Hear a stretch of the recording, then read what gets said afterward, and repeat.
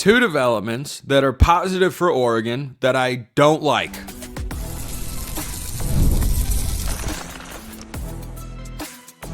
You are Locked On Ducks, your daily podcast on the Oregon Ducks. Part of the Locked On Podcast Network, your team every day. Yes, it is that time once again for Locked On Ducks. I'm your host, Spencer McLaughlin. Thank you all so much for making this your first listen or your first view of the day. It is part of the Locked On Podcast Network, your team every day, the number one sports podcast network out there. Thank you all, especially my everydayers, for helping make that the case. Oregon's wide receiver depth, fantastic. It's hard to not feel really good about that group. I'll tell you why on today's show. And is this Dakota Fields lawsuit a big deal? I will discuss with Jay Smith of Locked On Sooners. Fun conversation there. But first, Dan Lanning, during an interview recently, came out and kind of gave some soft support for the 2014 playoff.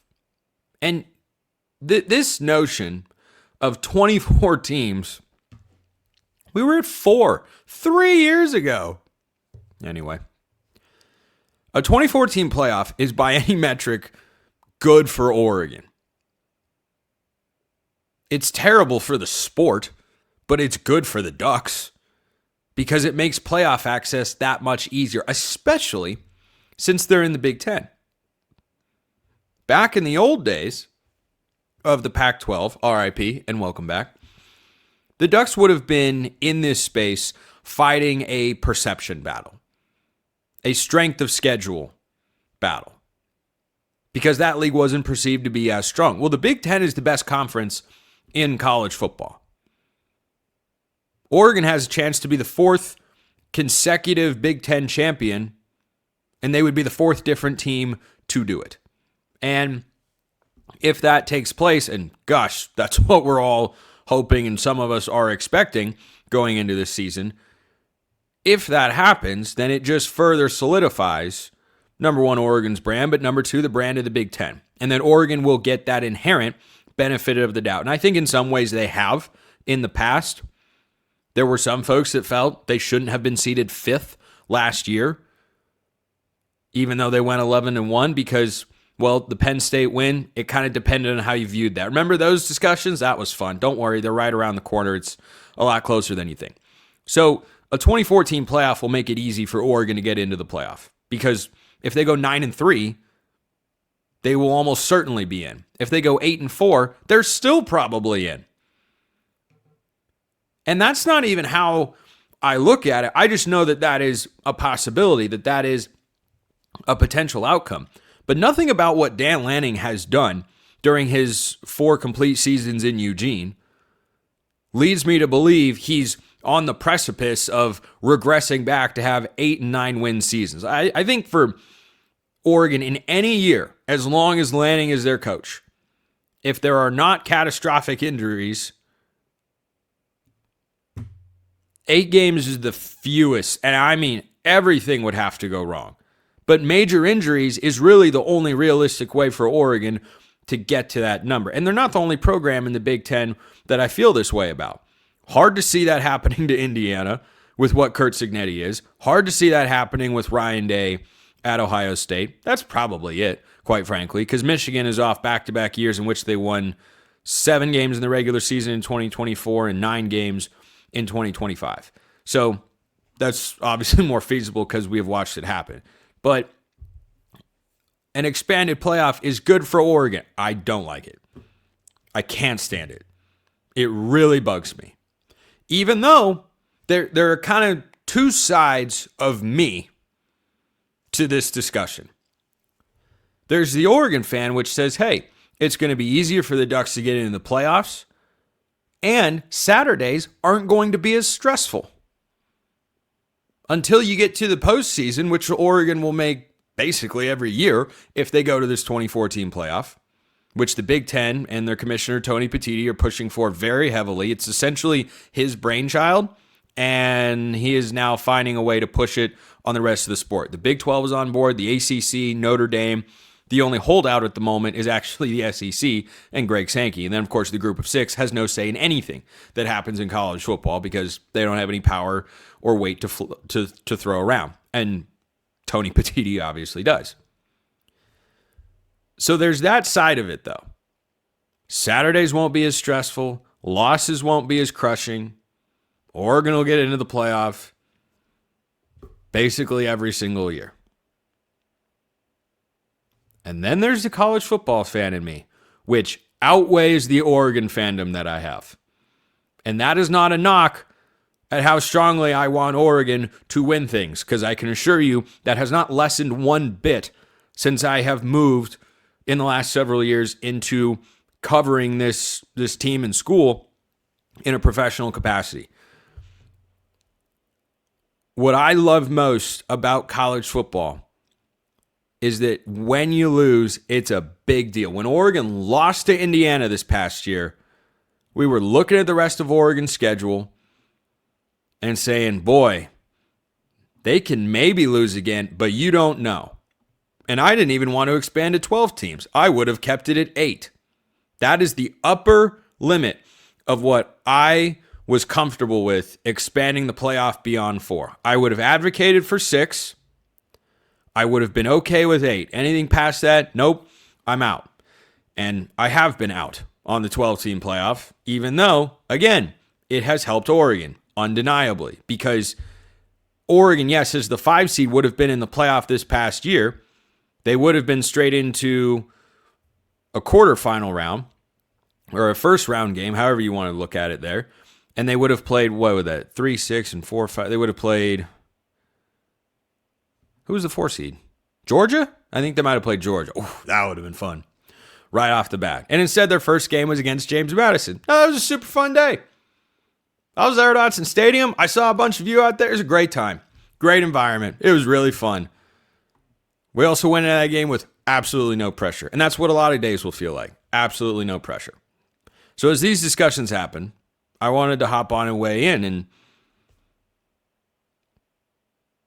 I can't get past the damage it would do for the entire sport of college football to rationalize the benefit that it would give to Oregon, because this is not something Oregon needs in order to contend for a national championship. This is not what they need to get over the hump. This is not what they need to be relevant to take the next step. No, that's true for a lot of other programs out there, but not Oregon. Their standards are much higher, and they should be.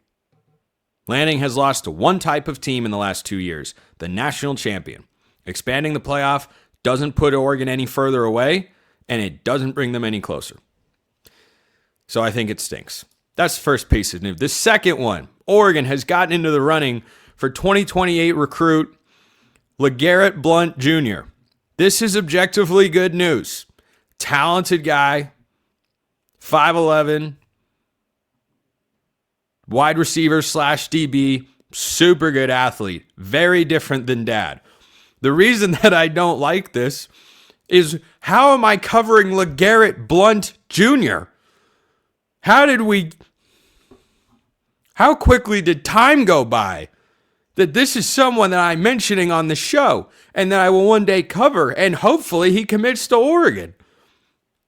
Because he's going to be one of the top, once they get, the rankings more finalized and whatnot, he'll be one of the top players of the state of Arizona. But oh my gosh, that one, ugh. I saw that news floating around. I went, oh my goodness, no. Sam Nada is one thing. Josiah Molden's another. LeGarrette Blount Jr. Come on, man. It's a gut punch. The other offers he holds right now, Oregon's the biggest offer he currently holds. Sac State, NAU, that's Northern Arizona, UNLV.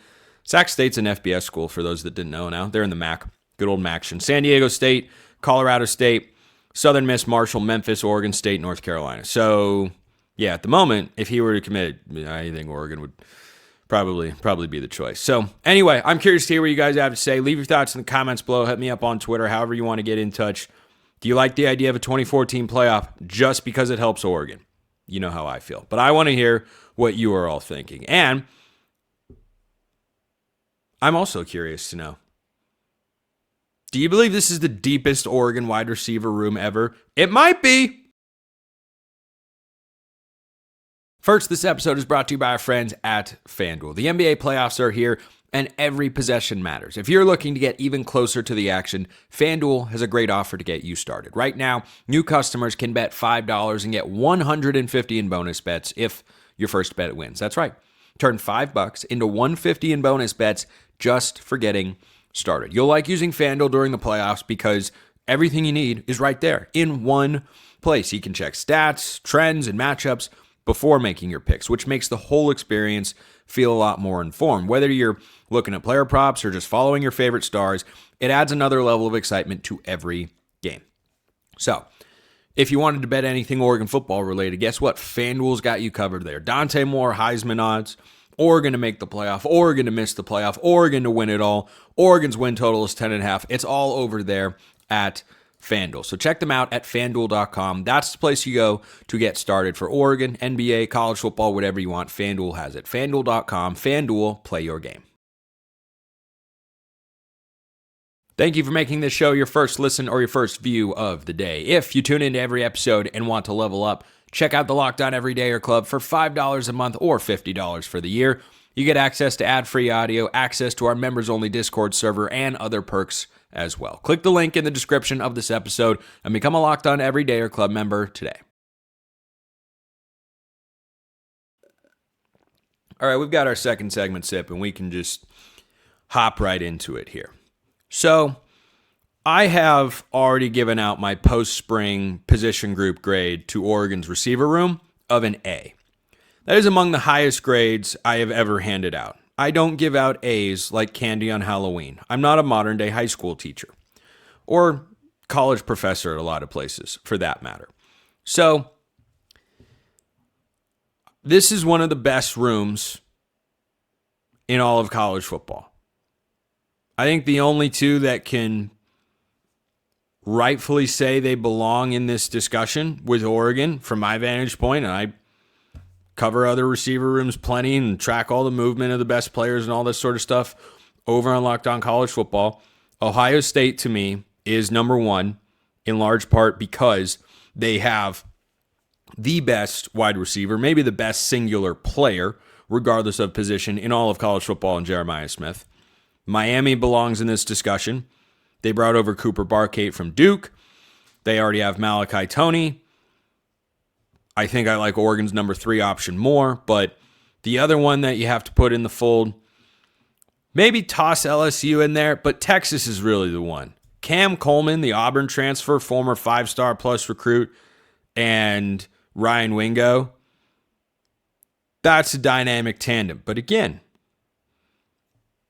I think those guys, obviously I know more about Oregon, I think those rooms have more questions about their number 3 spot than I do for Oregon. So this group, not that I would ever, obviously, wish injuries upon any particular group, it is easily, I think very easily, the most well-equipped to survive an injury to a starter.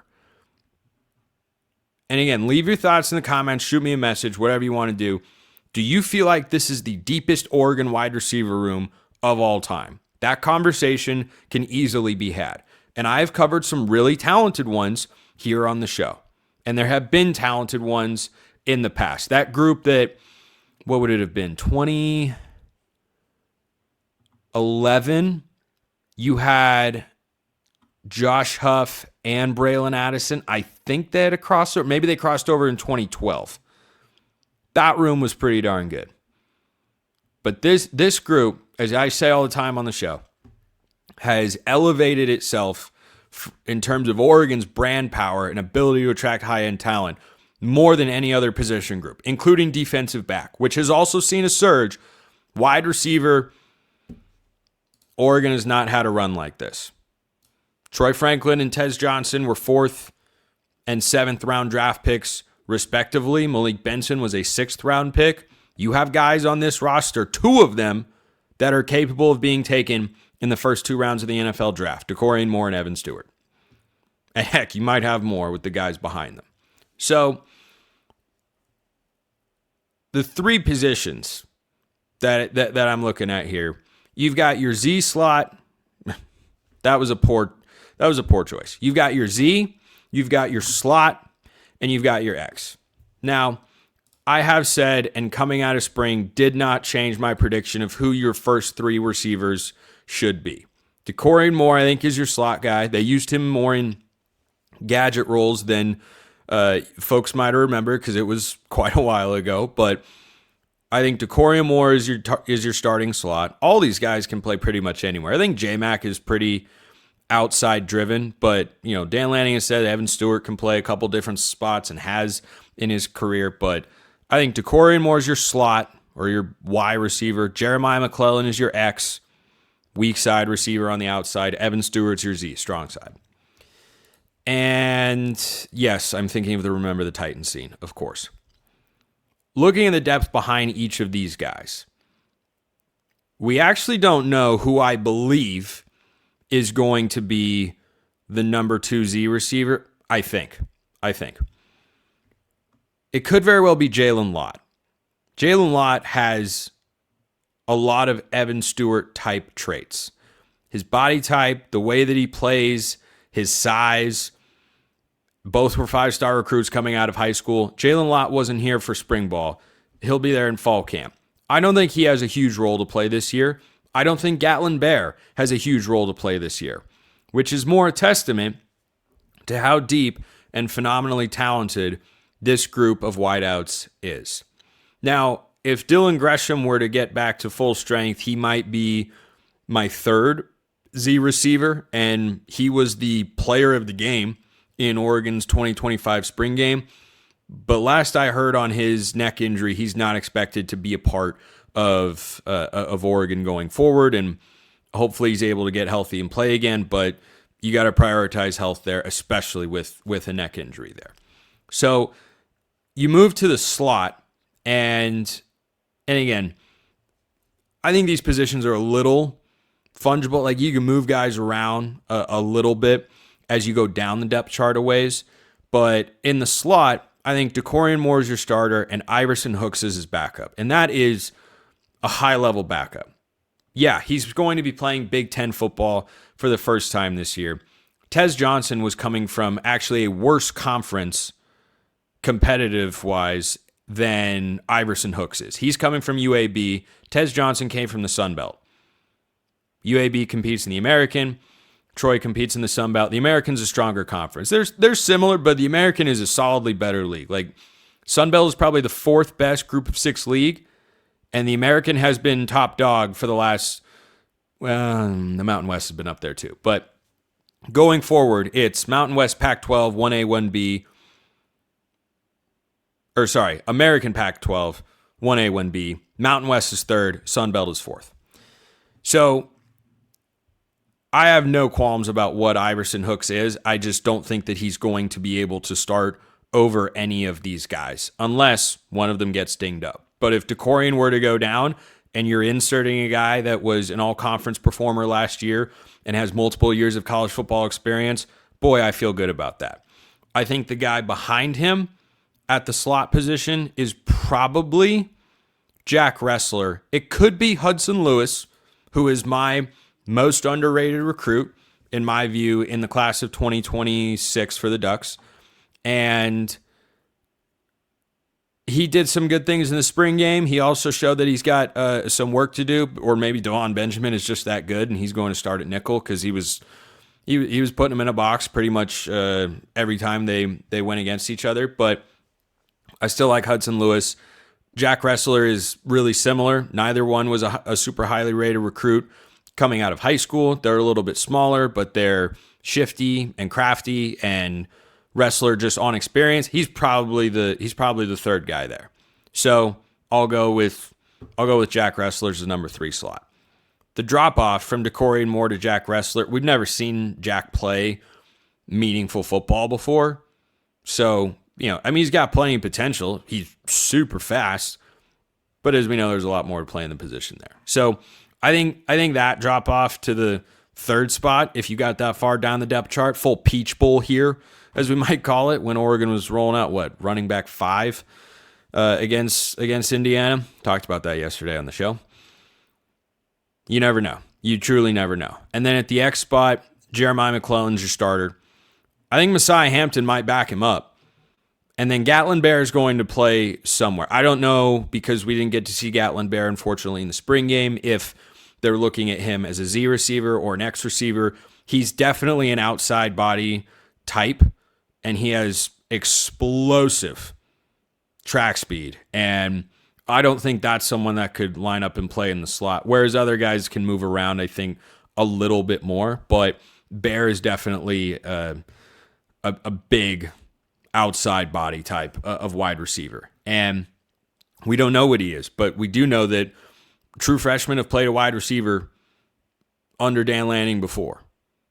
And Dakota Moore being the most recent example. So I don't think just because guys are young, that means there's a huge learning curve at receiver compared to some other spots.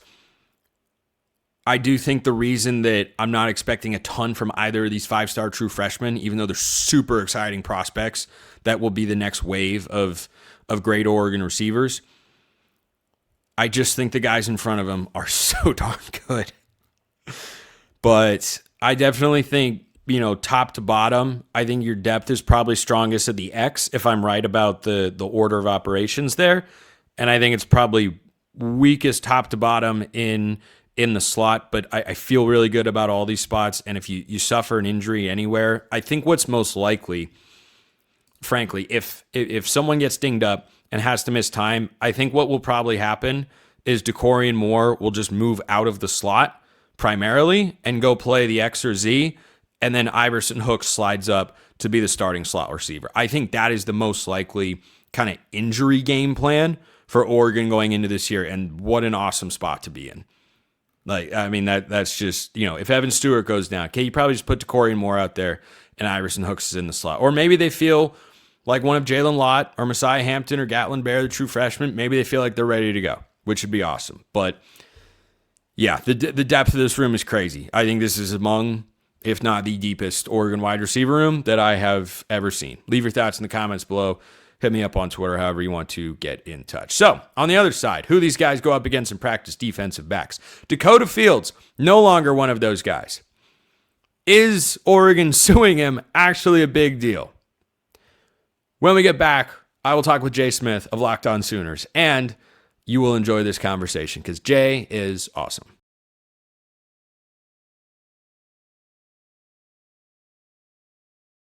For the first time ever, this is a crossover segment of Locked On Ducks. I'm Spencer McLaughlin, and Locked On Sooners. He is Jay Smith. Maybe, just maybe, we will have more cause to do this at some point in time, Jay, because perhaps both teams meet in the college football playoff next year. You want to bookmark that? Let's bookmark it, baby. Okay. Bookmark it. Okay, let's make it happen. Everyone, let's do that because these are among my favorite segments to do over on Locked On College Football. This is not my particularly most favorite topic to cover. It is newsworthy, particularly at this time of year, Jay. And Dakota Fields, a former 4-star recruit, committed to Oregon, was on the team last year, was one of many guys that were a part of an elite defensive back haul over a couple cycles for the Ducks. I like his upside.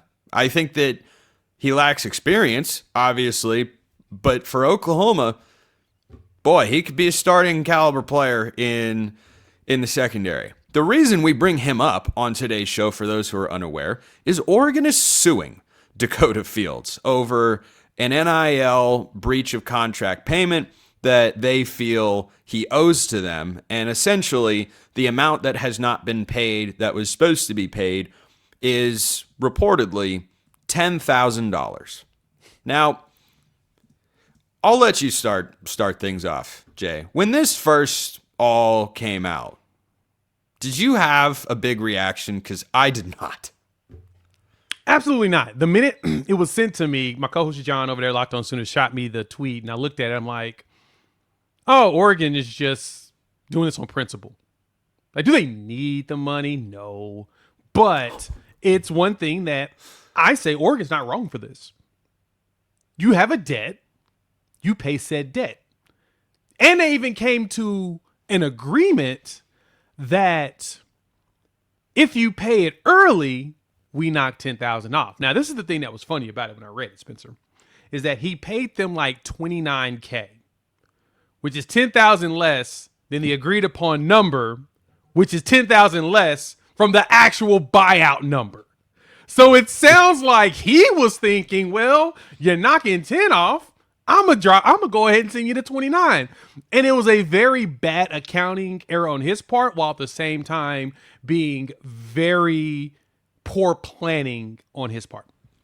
If you and I were being what we might call in the content creation space as we are, if you and I were being toxic, Jay, we could make this into a big, ginormous deal. We could... Fight night is on. We'd get John on here. I'd start throwing shade at Brent Venables, cast dispersions at the kid's character, and say Oregon is right forever and always. And as those of you watching on YouTube can see over on the background, I have hinted at the old notion that I find a little ridiculous. When a tree falls in the forest and no one is around to hear it, does it make a sound? Now, that's, of course, I think silly in my view, because we understand physics and science, right? So we understand that when a tree falls, it does indeed create sound waves because of gravity and whatnot. But that's not the idea behind the old, what's the word I'm looking for here? My thought exercise. Yeah, exactly. I can't think of the word right now. Anyway, it's really not a big deal. And I think that the modern era of NIL and guys moving around and getting paid, this is, if you think of it from a company and business standpoint, which is essentially what these athletic departments are to a degree. They're nonprofits, of course. A nonprofit business making millions. Yes, quite well, yes. But a nonprofit doesn't mean you don't make money. It just means you don't have any left over. You have to invest it elsewhere. That's how the rest of the athletic departments at both of our schools get funded here. But I think if you look at it through that lens, this is just kind of a normal contract severance dispute, basically. Hey, you said you were going to cover my health insurance for 6 months. Well, if you left by this date, then it's only 5. Well, then I'm only going to be, like it feels so inconsequential. I think it's important that we note that this is not going to become a big deal, nor do I think it reflects in a hugely negative way on either party. It's just, hey, these are the rules. We'd like you to follow them. And I think that people have to understand in this NIL era, and as younger people are getting paid. Heck, you're hearing about NIL at high school level. So you're going to start hearing about that in the very near future, actually, at a larger scale, because it's happening today. Like some states have passed it to where high schoolers can get NIL because, sports, right? It's the one commodity that hasn't been destroyed by the new streaming era. And let me explain what I mean by that. A lot of people would say, well, Jay, streaming era has destroyed sports in a way, in a capacity, because you got to have like 8 million apps in order to watch a game. Totally get you in that argument. It's very annoying. It's more inconvenient than destroying. And this is why. Because the commodity of sports is that the only way to consume it is live, if you don't want to be left out. TV shows, movies, anything like that, most of it on demand, watch it when you feel like it. Like my brother is a funny example, because he doesn't watch his show until it's done, then he binges the season, because it's easier for him to be able to binge it. My brother's that way too. He has time at work to be able to just binge it nonstop. He don't want to wait week after week on certain shows. Now, there are specific ones that he's like, nah, every week I'm watching this. But for the most part, he will wait until a season is done, then he'll binge every single episode, typically within a 2-day span. So because everything is so in demand and you can watch it when you feel like it, time doesn't mean anything. Time is meaningless at that point. Sports is not. Sports is if you're not watching it live, you're going to go online on your favorite social media app, and you can see all the results, all the reactions. And you don't want, everybody has FOMO when it comes to sports. So with that being said, you got to remember you're dealing with kids here. As they're getting younger and younger, they're going to still make mistakes. Everyone says, oh, go get a great, there's not that many great financial advisors or agents out there. The NFL, NBA, professional sports are still struggling with that sometimes. You still hear about them getting screwed over. Why? Because there's not a lot of people that play with that type of integrity. A lot of them are out there to make that mighty dollar, just like the rest of us. I'm doing this because I love it and I like making money off of it. That is the two reasons why I thoroughly enjoy doing this. Shout out to our sponsors out there. But my point being is we're going to have kids do stupid stuff and people are going to learn from the experience of it. In time, we'll have a system that's going to be in place where it's a lot easier for them to recognize what they need to do as all these new agents and stuff. Because, I mean, heck, a lot of your agents, when it comes to the pro level, they don't want to deal with this NIL stuff. This is peanuts for them. They don't want to deal with this crap. Now, some are like, if I could get you to also sign once you're done, I'm all for it. But to that point, Oregon ain't wrong. You gotta, if no. you sign to this, you sign to this. Now, this is something, Spencer, I'm curious about your thoughts. I'm sensing in the future, me and John talked about this not too long ago, that in the near future, do you see teams paying those buyouts when they get a kid that's available in the portal?